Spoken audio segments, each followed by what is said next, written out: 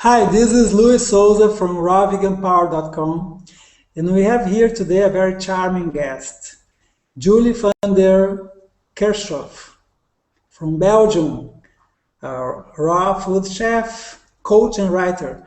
Welcome, Julie. It's Thank so you. nice to have you here today. I'm Thank really you. excited to talk to you, and I was reading about your story and how you overcame so many diseases and struggles with health, Mhm. right? Could you share with our audience a little bit of your story, please? Yes, sure. It's quite a long story, but I will try to make it as short as possible. I did have a lot of health issues in the past. It started with a chronic fatigue. So I was always tired, and no doctor could really find the cause of this chronic fatigue.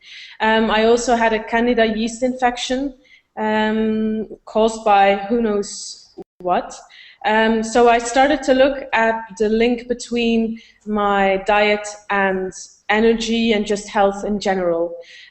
Because no doctor could help me. I went even to the hospital, but they just said I was healthy, and then I was imagining everything. So of course, I started researching a lot on the internet. I started cutting out on sugar, refined sugars, on bread, on dairy, so all those processed foods. And I started to feel a lot better, but it was only when I discovered raw food and adopted a high raw diet that my chronic fatigue and my Candida yeast infection disappeared. So today, yes, you can. Well, I was wondering how hard it was during all, I don't know how many years you ate lots of animal protein, right? Yes. So I had been a vegetarian since the age of 15. I followed the example of my sister. Um, but when I heard that I had a Candida yeast infection, I just assumed that I had to cut out on all sugars, all fruits, so even the sweeter vegetables. So indeed, I didn't have another choice than to eat some poultry, some eggs, and that was quite difficult, both emotionally and physically for me, because I had been a vegetarian for about 8 years. So yeah, it was quite a change. And looking back,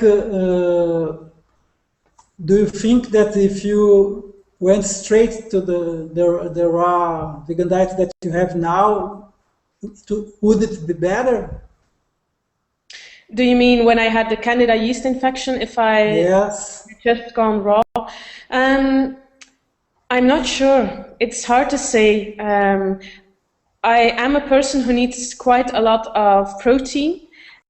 So I have tried the low-fat raw vegan diet for a while, but I started to notice that I had a lot of energy, but I was quite nervous as well. Um, so then I tried to find a balance. And I think it's very hard to say how exactly you can cure a Candida yeast infection because everyone is so different. Some people say, well, you need to avoid all the fats. Some say you need to avoid all the sugars. And I don't dare to say, well, you have to do this or you have to do that. I think it's mostly about listening to your body and just feeling that well, you won't get rid of all the yeast because everyone has it in their gut, but it's just about finding a balance and becoming healthy again, and whether that's with eating a lot of protein and less sugar, that's dependent on each person. I see. And how is your diet nowadays? I eat mostly raw, about 80 to 90%, depending on the climate. Because in Belgium it can get really cold in the winter, so then I like to add a bit of steamed vegetables to my diet, maybe some fermented soy products like tempeh, some sprouted or cooked quinoa. So mostly raw and vegan. And and you mentioned that you like exercise as well, right? What would what are you doing nowadays in Okay, this? exercising, you mean?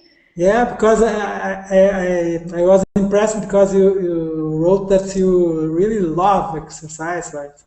Yes, I do. I exercise each day in the morning, about 30 to 40 minutes, depending on my schedule of the day. I like to wake up early in the morning, and it's also thanks to the raw food that I have enough energy to do all this. So I like to run, swim, ride the mountain bike, but I also like to work out indoors, so from the comfort of my home. Um, a bit of, yeah, a mix of everything, cardio and strength. One thing that I was impressed also is that you overcame all these healthy issues and you turned these struggles into a mission that now, right? Yes. So fantastic. Yeah, thank you. I did go through a lot of struggles, health struggles, also struggles with my weight. I had never been really a skinny girl, and I had always been quite not disappointed but unhappy with the way I looked. Um, so when I found out about raw food and that you can eat as much as you like and feel better than ever, I was convinced that a lot of people with the same health issues or just the struggles with their body image could really benefit from the raw food message.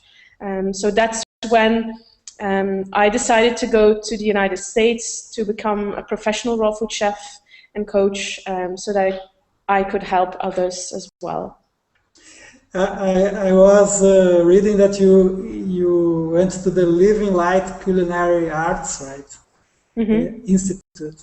And tell us about that because I think it's a very interesting and fantastic experience for a raw foodist to be among people who are learning raw food Definitely. and it's a whole environment that empowers you, I Yes, guess. yes.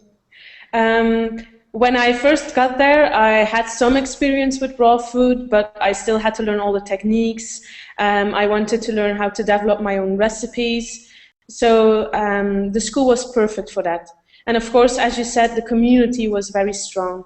So you come in a group with all those raw food enthusiasts. So they are really um, yeah, enthusiastic about the whole raw food living, the lifestyle itself. It was really interesting to learn about the science behind raw food nutrition, of course, all the techniques to become a real chef. And then we also had the part taught by Jennifer Kornbleet about how to become a good raw food teacher and a coach. So it was very interesting to go there and really inspiring. It's interesting because usually when you go to these culinary schools, you just learn to cook, right? Usually the most famous, Yeah. with no regard at all to health, right? But when you go to this kind of school, you learn everything, right? Yes. It's quite the opposite. You learn Yeah. everything about the connection, the link between health and nutrition. Um, so I think it's the school of the future. I really think so because doctors should be going to this school. Yes. Here in Brazil, there is a doctor who is spreading this message as well, and he just wrote a book. The kitchen is the place for doctors, or something like that, you know. And it really summarizes the concept here because Yeah. you, as a raw food chef, you are like touching health of people, but other cooks are doing that as well, but they are harming their health, Yes. right? It's true. And I think a lot of cooks don't really know the link between nutrition and health. The same for doctors. They just weren't taught the basics that we learn at school, at the Living Light Institute. Yeah, I really agree with you that this is what we need in the future for our health. Well, let's talk about your coaching because you have. I'm gonna show here your website, then we can share this with people who are watching. And here is juliesstyle.com site, and you have some coaching, right? Yes, I do. Personal Um, coaching. Well, please tell something about, and we can share this with the audience. Okay, so I offer two types of coaching. One type is like offline, so in Belgium, that's the personal culinary training. That's when people want to learn how to cook or prepare raw food and develop their own recipes and really feel confident in the kitchen. And then the personal health coaching, of course, happens online. So I do this in Dutch and in English, so internationally, through Skype or through email. It depends on what the person wants. So I always start with a really thorough analysis of my clients' nutrition and energy. And then I base the whole coaching around that. So I develop customized recipes for them, menu planning, and then of course the coaching aspect itself. I answer all their questions. I guide them through the detoxification process. So that's about, yeah.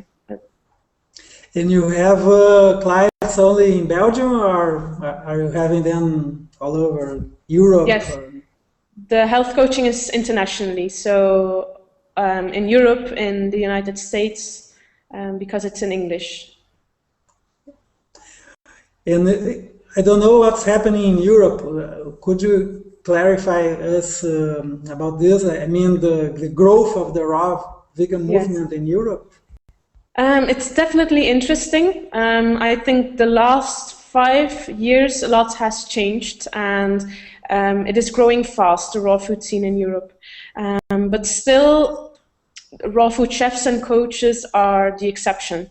So I think there's a big market for it. And I think a lot has to do with the fact that Europe has a really old tradition when it comes to nutrition as well. When I think of countries like Belgium or France, most people eat a lot of bread, cheese, meat, like the old tradition. And then when I went to California, for instance, it was quite the opposite. So I think there's still a lot of work to do, and that's why I'm so happy that the raw food scene is growing in Belgium as well, and in Europe in general. But there's a lot of interest, but people just don't.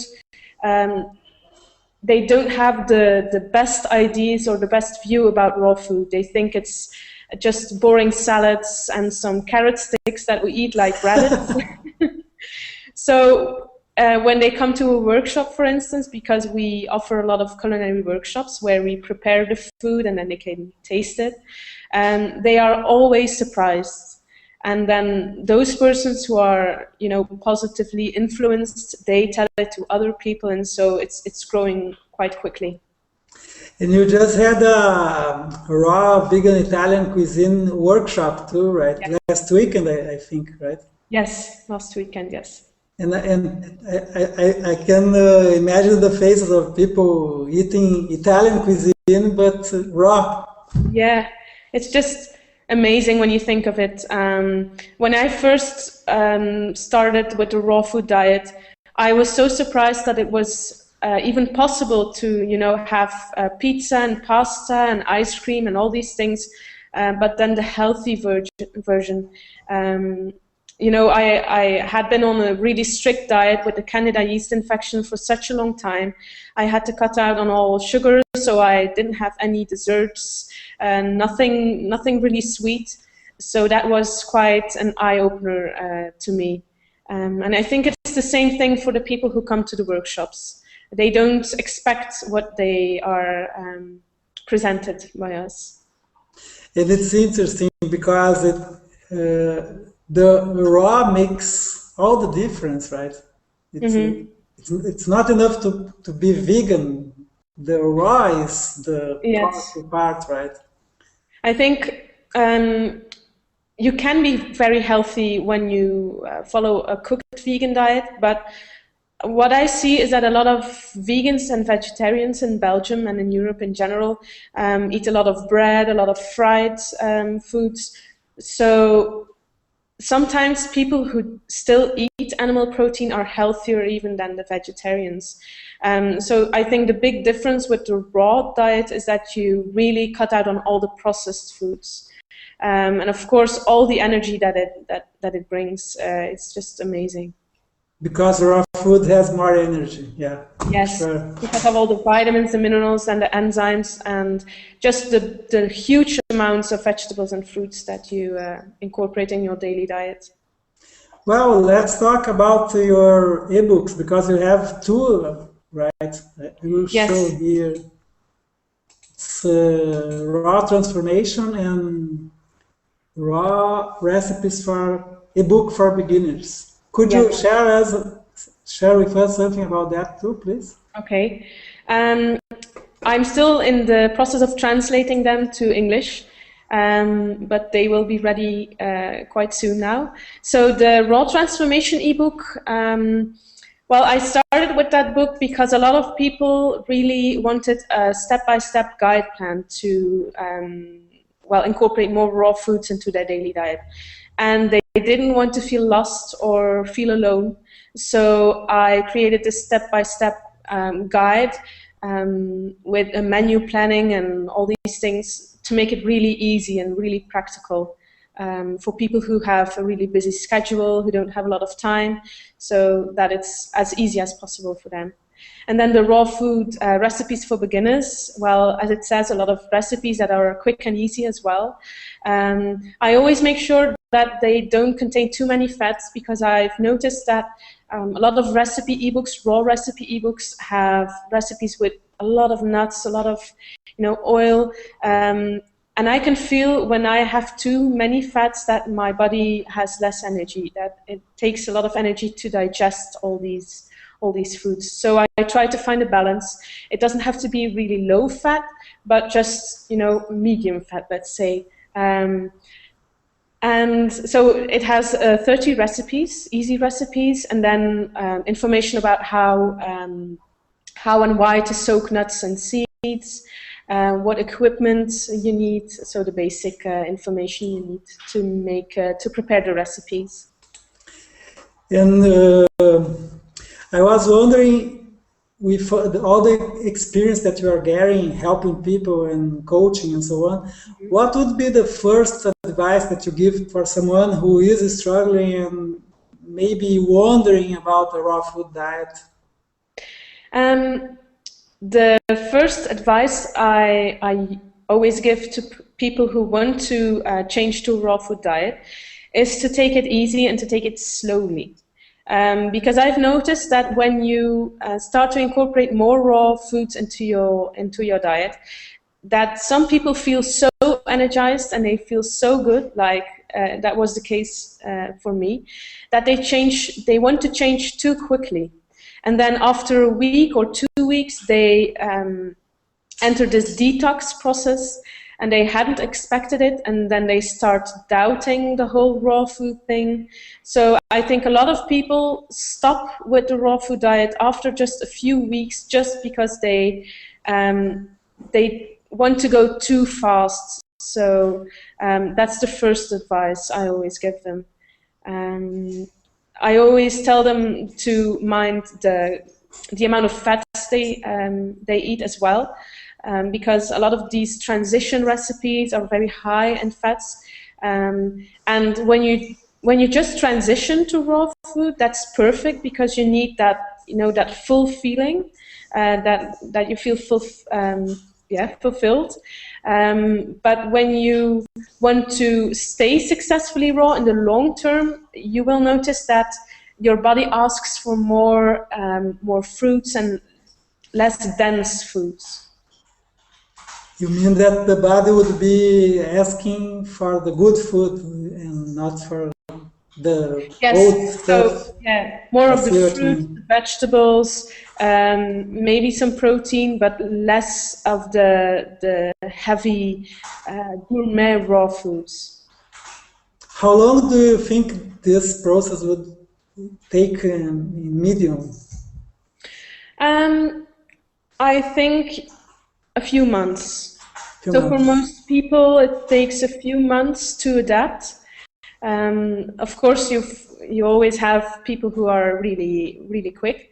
Certainly 2-3 months for the detox transition. Well, with all this transition is happening, what do you think would be the future of the raw food movement? I think the raw food movement in general will only grow in the future. A lot of people are, they are becoming conscious about the link between health and nutrition. Of course, there's still a lot of work to do, but I think the most important thing is not to be too focused on the 100% raw Right. lifestyle. So if you can convince people that like 50% raw, half of their diet will be raw vegan, then we can go a long way. But if you stay too focused on the 100%, it might be more difficult. And it would be even easier for people to go back, right, to the bad habits, because it's so strict, right? Yes. I understand And what you mean. yeah, there's a lot of pressure socially too. When you want to go 100% raw, you have to decline a lot of invites as well. So I think it's better to try to be like 50 or 80, or it doesn't matter how much raw food you want to incorporate into your diet, but just not to focus on that 100% amount. I understand what you mean, especially regarding the social part of everyone's Yes, life, right? Yeah. yes. Because if you are so strict, you can maybe be alone all the time, right? Yes, you will be very lonely if you Yeah. want to be too strict. And it can be difficult to, you have to be careful about taking in enough calories as well when you first transition to the raw food diet. Right. Whether you get them from the fruits or maybe some more protein, but be careful that you don't get all your calories from fats. That's an advice I always give as well. Enough calories, but not from fat, right? Yeah. Yes. I understand what you mean. Well, Julie, I would have a last question now for you. Okay. And it's a huge question with a small answer. Okay. Um, Comparing the person you were before to the person you are now with the raw vegan diet, what is, in one sentence, your raw vegan power? That's a good question. um, in one sentence. Yeah, it Okay. can be a long sentence, no problem. Okay. I think the most important thing about my raw vegan power is that I now have the power to feel confident and to inspire others to follow a healthy example, because I suffered from a lot of anxiety attacks in the past. I was quite anxious and stressed, and now I feel really clear. So I have a lot of mental clarity.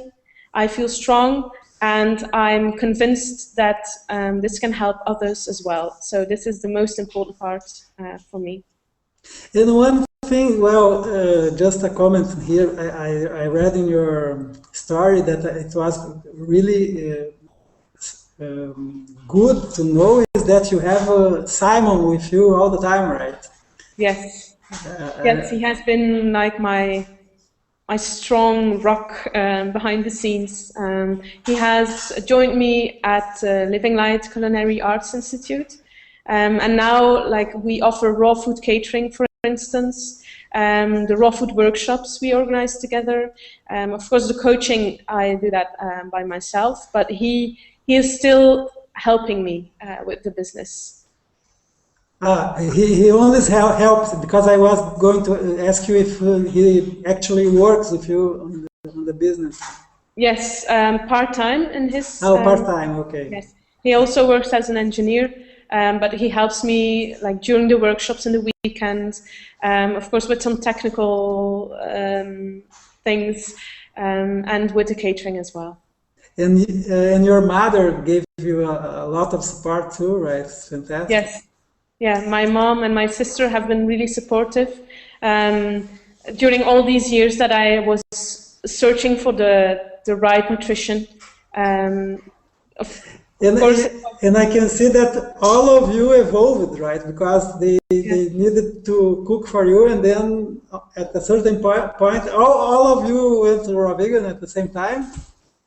no, not at the same time. But I think when my mother and my sister noticed the effects it had on me, they were so inspired that they wanted to try it too. So they have more raw food now. So they eat. They're not entirely vegan, but I think it's just good to have them take their own journey and discover what feels right for them. So I'm just happy that they are inspired by my experiences. Yeah, and your story can inspire millions of people, I think, because and by the way, you write very well, in English. Thank you. Your story and your blog is complete, and it could be a movie. It would be you can it would be a nice movie with a very happy ending, right? Yes. Fantastic. A happy ending. Yeah, and you are now in a second edition of this movie, helping others. Fantastic. Yes. Well, thank you so much, Julie, for being here today. I really appreciate that you took the time to come here, and I hope we see each other other times too. And I wish you all the best with your business and helping thousands, maybe millions of people with your Thank you. story. Thank so you much. for this opportunity. Say hello to Simon and your mother, please. I will. I will. Bye-bye. Bye. And Bye. well, last thing. You who are watching, go now to julieslifestyle.com and see all the great stuff that Julie has to offer you. Okay? Go there right now. Bye-bye. Bye-bye, Julie.